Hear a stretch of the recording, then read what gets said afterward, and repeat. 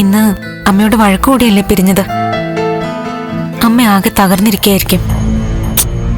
വേണ്ട ദേവി, അമ്മ എന്തൊക്കെയാ കാണിച്ചു കൂട്ടുന്നേ? ഒന്നും വേണ്ട. നന്ദു പ്ലീസ് ഒന്ന് വിളിക്ക്. എന്തായാലും ഒന്ന് സംസാരിച്ച് അവസാനിപ്പിക്ക്.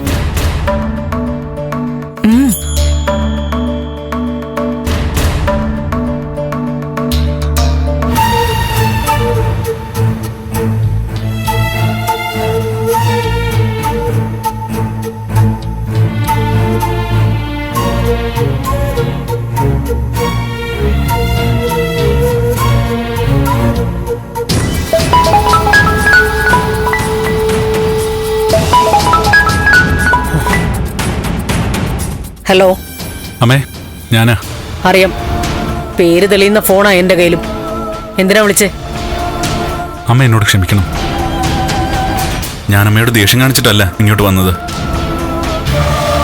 ഇനി അഥവാ ദേഷ്യം കാണിച്ചിട്ടായാലും വിരോധമില്ല. അമ്മമാരും മക്കളുടെ ദേഷ്യം കാണാൻ വിധിക്കപ്പെട്ടവരാ.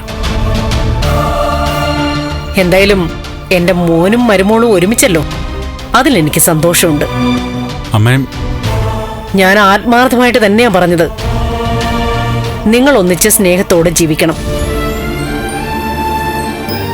എന്റെ മരുമകളെ ദേവികയെ എനിക്കും ഇഷ്ടം തന്നെയാ. പക്ഷേ സ്ഥാനാർത്ഥി ദേവിക എന്റെ ശത്രുവാ. മറ്റൊരാളിന്റെ കയ്യിലെ കളിപ്പാവയവള്. അരുന്ധതി മേടത്തെയാണോ അമ്മ ഉദ്ദേശിക്കുന്നേ? അമ്മ കരുതുന്ന പോലൊരു സ്ത്രീ അല്ല അവര്. മതി, ആ വിഷയം അവസാനിപ്പിക്കാം. ഹലോ,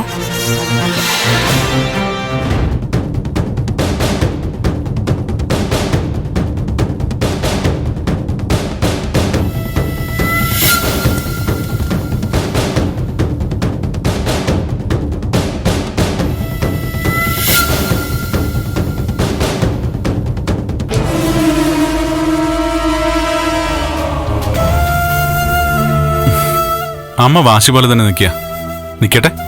മത്സരിക്കാനല്ല, നാട്ടുകാരെ കൊണ്ട് ചിരിപ്പിക്കാനാ അമ്മ തുടങ്ങുന്നേ. അമ്മ എന്തൊക്കെയോ മനസ്സിൽ കണ്ടുകൊണ്ടാ ഈ മത്സരത്തിന് ഇറങ്ങിയിരിക്കുന്നേ.